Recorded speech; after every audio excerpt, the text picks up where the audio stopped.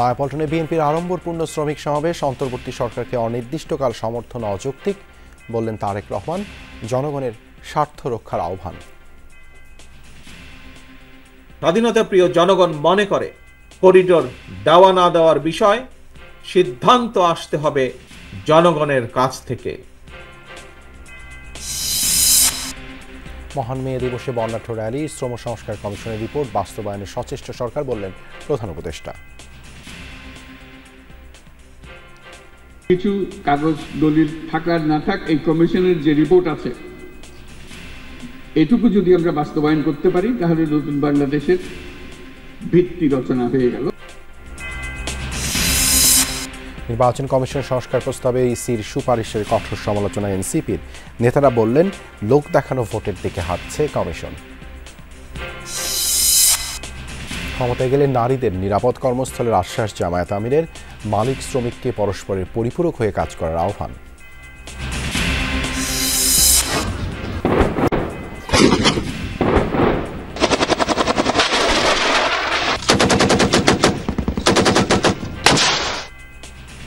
সীমান্ত এলাকায় পূর্ণমাত্রায় সামরিক মহড়া চালালো পাকিস্তান। পরিদর্শনে সেনাপ্রধান অসীম মুনির। শত্রুপক্ষের আগ্রাসনের জবাব দিতে প্রস্তুত ইসলামাবাদ। অন্তর্বর্তী সরকারের প্রতি অনির্দিষ্টকালের জন্য সমর্থন অব্যাহত রাখা যৌক্তিক নয়। জনগণের উপর একক সিদ্ধান্ত চাপিয়ে দিতে চাইলে ফ্যাসিবাদের জন্ম হয়। নয়াপল্টনের শ্রমিক সমাবেশে মন্তব্য করেছেন বিএনপির ভারপ্রাপ্ত চেয়ারম্যান তারেক রহমান। বলেন, মিয়ানমার, ভারত কিংবা পাকিস্তান নয়, সবার আগে বাংলাদেশ। তিনি অন্তর্বর্তী সরকারের একাংশের বিরুদ্ধে তোলেন ফ্যাসিবাদ বিরোধী ঐক্যে বিভেদ উস্কে দেওয়ার অভিযোগ। দাবি জানান সুস্পষ্টভাবে নির্বাচনের রোডম্যাপ ঘোষণার। কিষাণ শ্রমিক, কুলি মজুরের সমাবেশ। যাদের ঘামে রক্তে গড়ে ওঠা অট্টালিকা আর সভ্যতায় বসবাস, সেই শ্রমজীবী মানুষের অধিকারের কথা জানান দেওয়ার সমাবেশ। কপালে কবজিতে লাল কাপড় বাঁধা, হাতে লাল পতাকা আর লাল ব্যানার ফেস্টুনের সঙ্গে ড্রামের ড্রিম ড্রিম শব্দে লাল বিপ্লবের ডাক দিয়ে সমাবেশে যোগ দেয় বিপুল শ্রমিক জনতা। কেন্দ্রীয় এই কর্মসূচি বিগত বছরগুলোতে ঢাকার নানা প্রান্তের শ্রমিক অধ্যুষিত অঞ্চলে হলেও এবার নয়াপল্টনে দলের কেন্দ্রীয় কার্যালয়ের সামনে। শ্রমজীবী কর্মজীবী মানুষ এখনো তাদের নির্বাচিত প্রতিনিধিদের মাধ্যমে। প্রধান অতিথির বক্তব্যে বিএনপির ভারপ্রাপ্ত চেয়ারম্যান তারেক রহমান বলেন, সংস্কার ও নির্বাচন উভয়ই প্রয়োজন, কিন্তু অন্তর্বর্তী সরকারের একটি অংশ এটিকে মুখোমুখি দাঁড় করিয়ে বিভেদ উস্কে দিচ্ছে। অন্তর্বর্তীকালীন সরকারের একটি অংশ সংস্কার এবং নির্বাচনকে মুখোমুখি দাঁড় করিয়ে ফ্যাসিবাদ বিরোধী রাজনৈতিক দলগুলোর মধ্যে সুপরিকল্পিতভাবে বিরোধ উস্কে দিতে চায়। স্বল্প মেয়াদী এবং দীর্ঘমেয়াদী সংস্কার প্রস্তাবনা প্রণয়ন করুন। সুনির্দিষ্টভাবে আগামী জাতীয় নির্বাচনের রূপরেখা ঘোষণা করুন। তারেক রহমান বলেন, দেশের স্বৈরাচার যেন আর মাথাচাড়া দিতে না পারে, সেজন্য জনগণের কাছে জবাবদিহিমূলক সরকার প্রতিষ্ঠা জরুরি। অন্তর্বর্তীকালীন সরকারের প্রতি অনির্দিষ্টকালের জন্য সমর্থন অব্যাহত রাখা যৌক্তিক নয়। কোনো ব্যক্তি অথবা গোষ্ঠীর মনে বিনা ভোটে ক্ষমতা দীর্ঘায়িত করার সুপ্ত বাসনা, পুনের আকাঙ্ক্ষা যেন রাষ্ট্র সরকারকে ফ্যাসিবাদে প্রতিপ্রলুব্ধ করতে না পারে, সেজন্যই জনগণের প্রত্যক্ষ ভোটে জবাবদিহিমূলক সরকার প্রতিষ্ঠা করা দরকার। বিএনপির ভারপ্রাপ্ত চেয়ারম্যান মতে, রাখাইনে করিডোর দেয়া না দেওয়ার সিদ্ধান্ত আসতে হবে নির্বাচিত সংসদের কাছ থেকে। স্বাধীনতা প্রিয় জনগণ মনে করে করিডোর দেওয়া না দেওয়ার বিষয় সিদ্ধান্ত আসতে হবে জনগণের কাছ থেকে। বিদেশিদের স্বার্থ রক্ষার স্বার্থে নয়, অন্তর্বর্তীকালীন সরকারকে সবার আগে দেশের জনগণের স্বার্থ নিশ্চিত করতে হবে। কারণ মিয়ানমার, ভারত, পাকিস্তান কিংবা অন্য কোনো দেশ নয়, সবার আগে বাংলাদেশ। কোনো অপপ্রচারে বিভ্রান্ত না হতে জনগণের প্রতি আহ্বান জানান তারেক রহমান। শঙ্কা জানান বিভক্তির সুযোগ নিয়ে পলাতক অপশক্তি পুনর্বাসিত হবার। 2024-এর জুলাই আন্দোলনে ঢাকার যাত্রাবাড়ি থেকে রামপুরা কিংবা মোহাম্মদপুর থেকে উত্তরা সহ দেশ জুড়ে এই শ্রমিক শ্রেণীর মানুষ আরও একবার নেমে এসেছিল রাজপথে বৈষম্যের বিরুদ্ধে। শ্রমিক দল বলছে, সেই আন্দোলনে 71 জন দলীয় নেতাকর্মী, 30 জন রিক্সা চালক এবং অসংখ্য ভাসমান শ্রমজীবী মানুষ আত্মাহুতি দিয়েছে। তারা বলছে ভোট ও ভাতের অধিকার পরস্পরের সঙ্গে সম্পৃক্ত। তাই আগামী দিনে দ্রুত নির্বাচনের মধ্য দিয়ে রাজনৈতিক সরকার গঠিত হলেই কেবলমাত্র শ্রমিকের অধিকার প্রতিষ্ঠা পাবে। সাইফুদ্দিন রবিন, যমুনা নিউজ, ঢাকা। বাংলাদেশের প্রথম 5G AI ইনভার্টার যুক্ত সর্বোচ্চ বিদ্যুৎ সাশ্রয়ী যমুনা এয়ার কন্ডিশনার। জনগণ ও রাজনৈতিক দলকে পাশ কাটিয়ে রাখায় নিয়ে করিডোরের সিদ্ধান্ত চূড়ান্ত করলে প্রতিহতের ঘোষণা দিয়েছে বিএনপি। শ্রমিক দলের উদ্যোগে বৃহস্পতিবার মে দিবসের সমাবেশে হয়েছে নয়াপল্টনের বিএনপির কেন্দ্রীয় কার্যালয়ের সামনে। এতে দলের মহাসচিব বলেন, রাজনৈতিক দলগুলোকে অবহেলা করে দেশবিরোধী চুক্তি মানা হবে না। এক ফ্যাসিস্ট তাড়াতে নতুন কেউ ফ্যাসিবাদী হয়ে উঠছে কিনা সেই প্রশ্ন তোলেন বিএনপি নেতারা। বলেন, গণতান্ত্রিক উত্তরণের উপর নির্ভর করছে বাংলাদেশের অস্তিত্ব। দেশের জনগণকে পাশ কাটিয়ে, রাজনৈতিক দলগুলোকে পাশ কাটিয়ে কেউ যদি কোনো কিছু করতে চান তার বিরুদ্ধে প্রতিরোধ হবে। হাসিনা ইন্ডিয়ার সাথে অনেক চুক্তি করেছে, সেই চুক্তি অনেক কিছু গোপন। তাহলে হাসিনা সরকারের চুক্তির সাথে এই সরকারের চুক্তির তফাৎটা কি আপনারা আমাদের রাজনৈতিক দলগুলোকে ইগনোর করে, অবহেলা করে, জনগণকে অবহেলা করে এমন কোন চুক্তি করবেন না যে চুক্তি বাংলাদেশের স্বার্থের বিরুদ্ধে যাবে। শ্রম সংস্কার কমিশনের রিপোর্ট বাস্তবায়ন করা গেলে নতুন বাংলাদেশের ভিত্তি গড়া যাবে, এই মন্তব্য করে প্রধান উপদেষ্টা ডক্টর মোহাম্মদ ইউনূস বলেন, শ্রমিকদের অবস্থা আগের মতোই থেকে গেলে নতুন বাংলাদেশ নির্মাণ সম্ভব হবে না। বাংলাদেশ চীন মৈত্রী সম্মেলন কেন্দ্রে মে দিবসের অনুষ্ঠানে শ্রম আইন সংশোধন সহ শ্রমিকের অধিকার নিশ্চিতে নেওয়া নানা পদক্ষেপের কথা তুলে ধরেন তিনি। মালিক শ্রমিক এক হয়ে স্বনির্ভর জাতি গড়ার আহ্বান জানান প্রধান উপদেষ্টা। রাজধানীর চীন মৈত্রী সম্মেলন কেন্দ্রে মহান মে দিবসের অনুষ্ঠানে যোগ দেন অন্তর্বর্তী সরকার প্রধান ডক্টর মোহাম্মদ ইউনূস। এ সময় কর্মক্ষেত্রে ক্ষতিগ্রস্ত শ্রমিকদের 5টি পরিবারকে আর্থিক সহায়তা তুলে দেন ডক্টর ইউনূস। শ্রম বিষয়ে প্রবন্ধ ক্যাটাগরিতে স্কুল ও বিশ্ববিদ্যালয়ের শিক্ষার্থীদের পুরস্কার তুলে দেন। শ্রম বিষয়ে প্রতিবেদনের জন্য পুরস্কার পান 6 জন সাংবাদিক। প্রধান উপদেষ্টা বলেন, জুলাই অভ্যুত্থানে সৃষ্ট হওয়া নতুন বাংলাদেশের আকাঙ্ক্ষা বাস্তবায়ন করতে হলে শ্রমিক মালিকদের এক হয়ে কাজ করতে হবে। শ্রমিকের পরিশ্রম এবং মালিকের মেধা, দেশকে নতুন করে গড়ে তুলতে হলে এই ঐক্য, পারস্পরিক শ্রদ্ধা ও আস্থার পরিবেশ সৃষ্টি করতে হবে। সেই লক্ষ্যে বর্তমান অন্তর্বর্তী সরকার ইতিমধ্যে শ্রমিকদের কল্যাণ ও নিরাপত্তা নিশ্চিত করতে বাংলাদেশ শ্রম আইন 2006 সংশোধন সহ বিভিন্ন পদক্ষেপ গ্রহণ করেছে। শ্রম খাতে নেওয়া অন্তর্বর্তী সরকারের বিভিন্ন পদক্ষেপ তুলে ধরে প্রধান উপদেষ্টা বলেন, শ্রমিকদের অবস্থা আগের মতোই থাকলে নতুন বাংলাদেশ গড়া সম্ভব নয়। এই নতুন বাংলাদেশ হবে না যদি শ্রমিকদের অবস্থা পুরনো বাংলাদেশের মধ্যে থেকে যায়। আজ এটা আমাদের সবার দায়িত্ব। শ্রম সংস্কার কমিশনের সুপারিশ বাস্তবায়নের মাধ্যমে নতুন বাংলাদেশের ভিত্তি গড়ার কথাও বলেন প্রধান উপদেষ্টা।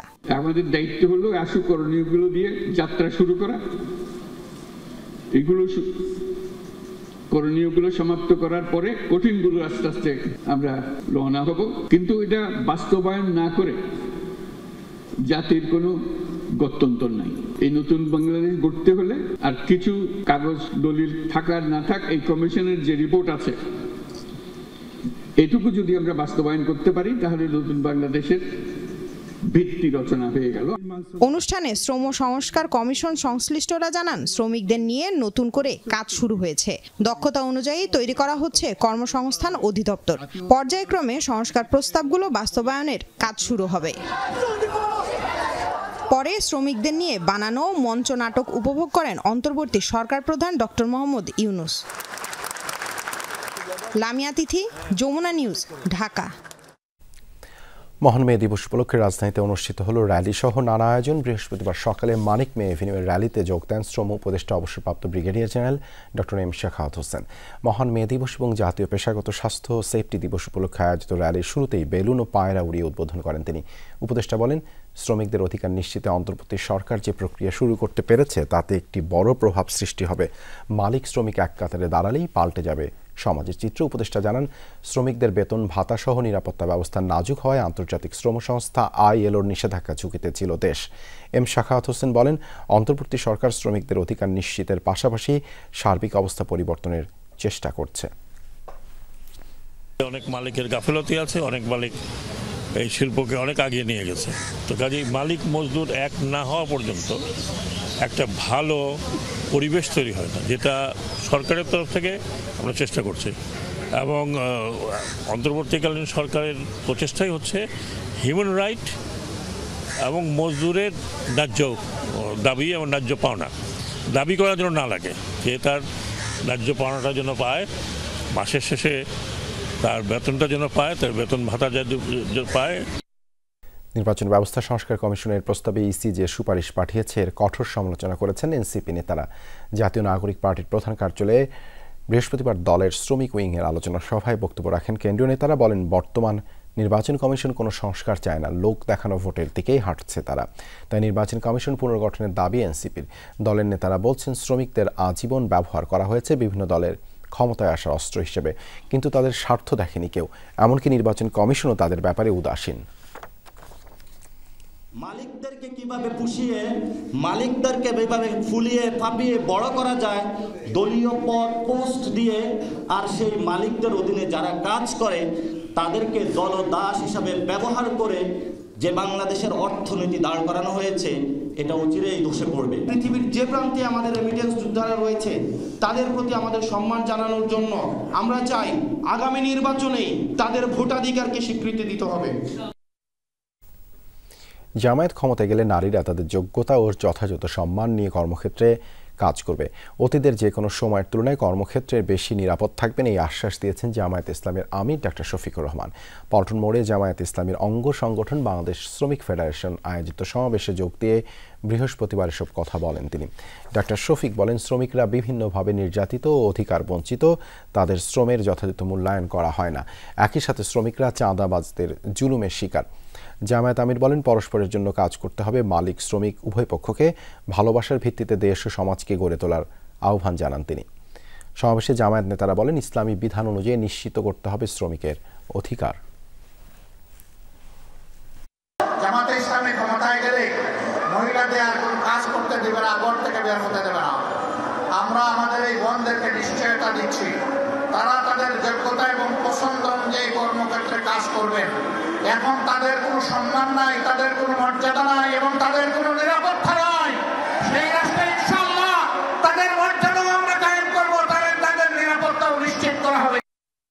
হজ যাত্রা এখনও ভিসা হয়নি 16,261 জনের। সৌদি আরবের ওয়েবসাইট নুসুকের আপডেট কার্যক্রম চলার কারণেই এই জটিলতা তৈরি হয়েছে বলে দাবি হজ অফিসের। বৃহস্পতিবার সকালে এক ব্রিফিংয়ে এসব তথ্য জানান হজ অফিসের পরিচালক মোহাম্মদ লোকমান হোসেন। ভিসা জটিলতা এখন পর্যন্ত 23 জন হজ যাত্রী সৌদির ফ্লাইট ধরতে পারেননি। অবশ্য তিনি আশ্বস্ত করেছেন, নিবন্ধনকৃত সবাই হজে যেতে পারবেন।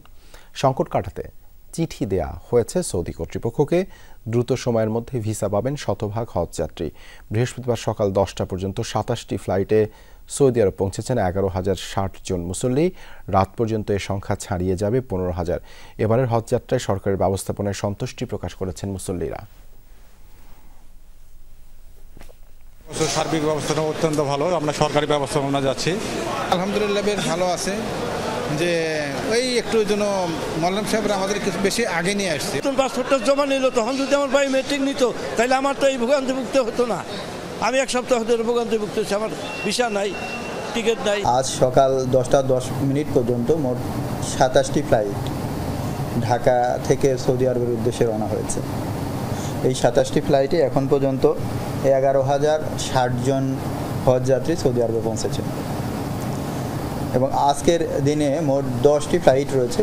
ইতিমধ্যে আজকের 4টি ফ্লাইট ঢাকা ছেড়েছে। 3 জেলায় সড়ক দুর্ঘটনায় নিহত হয়েছেন 6 জন। এর মধ্যে গাইবান্ধায় ট্রাকের ধাক্কায় 2 জন মোটরসাইকেল আরোহী প্রাণ হারান। পুলিশ জানায়, বৃহস্পতিবার রাতে গাইবান্ধা থেকে আসা পলাশবাড়িগামী একটি পণ্যবোঝাই ট্রাক ঢোলভাঙ্গা বাজারের ব্রিজ পার হচ্ছিল। এ সময় মোটরসাইকেলের চালক ট্রাকটিকে ওভারটেক করে সামনে যেতেই নিয়ন্ত্রণ হারায়। পরে ব্রিজের রেলিংয়ে ধাক্কা লেগে মোটরসাইকেল থেকে পড়ে গেলে ট্রাকে চাপা পড়ে ঘটনাস্থলে নিহত হয় কৌশিক ও শ্রাবণ। আহত হয় সঙ্গে থাকা রিফাত ও তহিদ। পরে খবর পেয়ে পুলিশ 2 জনকে উদ্ধার করে হাসপাতালে নিয়ে যায়। এছাড়া মুন্সিগঞ্জের এক্সপ্রেসওয়েতে প্রাইভেট কার চাপায় এক পথচারী নিহত হয়েছেন, তবে তার পরিচয় শনাক্ত হয়নি। প্রাইভেট কারটিকে জব্দ করেছে পুলিশ। পালিয়ে গেছে চালক। এদিকে মাগুরায় পৃথক সড়ক দুর্ঘটনায় শিশুসহ 3 জন নিহত হয়েছেন। চট্টগ্রামের আনোয়ারায় পাহাড় ধসে 2 শিশুর মৃত্যু হয়েছে, গুরুতর আহত হয়েছেন আরও 2 শিশু। তারা সবাই 5ম শ্রেণীর ছাত্র। শিল্পাঞ্চল গড়ার জন্য নির্বিচারে কেটে ফেলা পাহাড় ধসেই চাপা পড়েছিল তারা। মর্মান্তিক ঘটনায় শোকের ছায়া নেমে এসেছে আনোয়ারায়। থামছে না সন্তানহারা মা বাবার আহাজারি।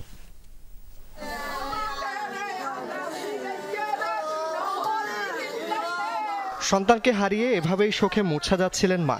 স্বজনদের আহাজারিতে ভারী হয়ে ওঠে আশপাশের পরিবেশ। সকালে আনোয়ারার কোরিয়ান ইপিজেড সংলগ্ন ঈদগাহ পাহাড়ের পাদদেশে ফুটবল খেলতে গেলে 4 শিশুর উপর পাহাড় ধসে পড়ে। ঘটনাস্থলেই মৃত্যু হয় মিসবা ও রোহান নামে 2 জনের। গুরুতর আহত অপর 2 জন চট্টগ্রাম মেডিকেল কলেজ হাসপাতালে চিকিৎসাধীন। চাপা পড়া 4 শিশু পূর্ব বৈরাগ সরকারি প্রাথমিক বিদ্যালয়ের 5ম শ্রেণীর ছাত্র, বাড়ি বৈরাগ ইউনিয়নের পশ্চিম পাড়ায়। এমন মর্মান্তিক ঘটনায় শোকের ছায়া নেমে এসেছে পুরো এলাকায়। লোহান মাটির চাপার মধ্যে পড়ে গেছে, কেন চাপার পাহাড় দোষী চাপা সেই কথা শুনে আমি মেডিকেল ছুটে আসছি, দেখি এখন লাশ আমার ভাই। বাচ্চাটা আমি যখন কুলে নিয়েছি আমি মনে করছি সেই সময় চলে গেছে। লাস্টে এদেরকে বলতেছি তোমরাও নাও একটা যে কোনো কেউ একটা নাও না, কারণ সবাই তো বাচ্চা। আমাদের বৈরাগ এলাকার মধ্যে এখন মা বোন সবাই কান্নার সুর, আর কিছু নেই, শুধু কান্নার সুর, কারণ ছোট ছোট বাচ্চা সবাই। স্থানীয়দের অভিযোগ, শিল্পাঞ্চল গড়তে দীর্ঘদিন ধরে পাহাড় কাটার কারণে এই দুর্ঘটনা। বুধবার রাতের বৃষ্টিতে ভঙ্গুর পাহাড়টির মাটি আরও নরম হয়ে এক পর্যায়ে ধসে পড়ে।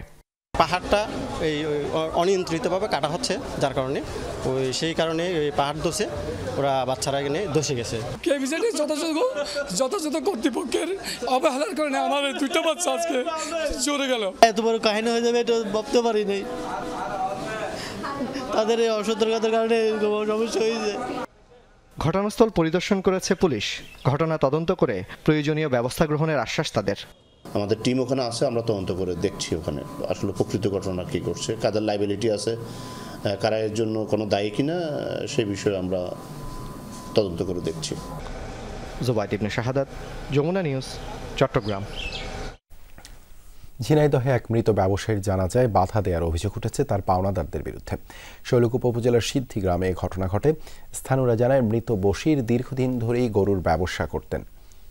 সম্প্রতি তার ব্যবসায়িক পরিস্থিতির অবনতি হলে তিনি বিভিন্ন ব্যক্তি ও প্রতিষ্ঠানের কাছে ঋণগ্রস্ত হয়ে পড়েন। বৃহস্পতিবার ভোরে গরু ব্যবসায়ী বশির উদ্দিন হৃদরোগে আক্রান্ত হয়ে মারা যান। এরপর 3বার তার জানাজার নামাজের প্রস্তুতি নিলেও 25 থেকে 30 জন পাওনাদারের বাধার কারণে তা সম্ভব হয়নি।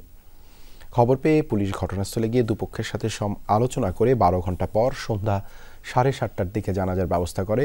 পরে বশিরের মরদেহ দাফনের ব্যবস্থা করা হয়। লাগাতার 1 সপ্তাহ লাইন অফ কন্ট্রোলে গোলাগুলি হয়েছে ভারতীয় ও পাকিস্তানি সেনাদের মাঝে। প্রতি রাতে কুপওয়াড়া, উড়ি এবং আখনুর সেক্টরের বিভিন্ন এলাকায় চলে পাল্টাপাল্টি গুলিবর্ষণ। এতে হতাহতের কোনো তথ্য পাওয়া যায়নি। বৃহস্পতিবার বিজেপিতে বিষয়টি নিশ্চিত করে ভারতীয় সেনাবাহিনী। নয়াদিল্লির অভিযোগ, সীমান্তের নিয়ন্ত্রণ রেখা বরাবর প্রথমে গুলি চালায় পাক সেনারা, জবাবে পাল্টা গুলি ছোড়ে ভারতীয় সেনারা। 1 সপ্তাহ আগে ভারত নিয়ন্ত্রিত কাশ্মীরের পেহেলগামে সন্ত্রাসী হামলায় নিহত হন 26 জন, যার জেরে ব্যাপক উত্তেজনা ছড়ায় প্রতিবেশী দুই দেশের সম্পর্কে। এরপর থেকেই নিয়মিত প্রতি রাতে গোলাগুলি হচ্ছে দুপক্ষের মধ্যে।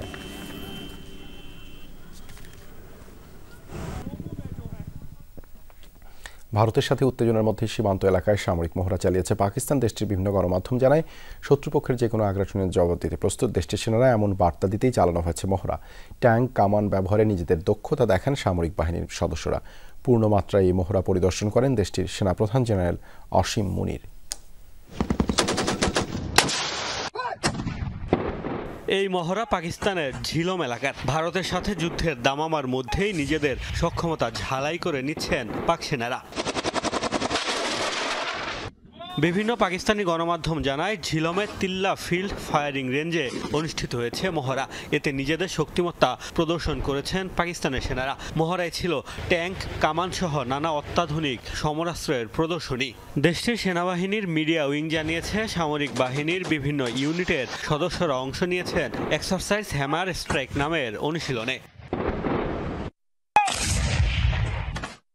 গণমাধ্যমের দাবি, ভারতকে যে কোনো আগ্রাসন মোকাবেলায় নিজেদের প্রস্তুতির জানান দিতেই এই সামরিক অনুশীলন। লক্ষ্য শত্রুপক্ষকে নিজেদের শক্তিমত্তার জানান দেয়া। সামরিক মহড়া পরিদর্শন করেছেন দেশটির সেনাপ্রধান জেনারেল অসীম মুনির। আইএসপিআর জানায় এ সময় তিনি সেনাদের ভারতের যে কোনো সামরিক পদক্ষেপ মোকাবেলায় সর্বোচ্চ প্রস্তুত থাকার নির্দেশ দেন।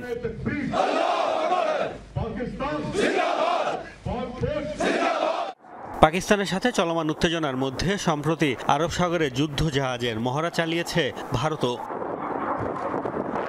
মোস্তফা মাহমুদ, যমুনা নিউজ।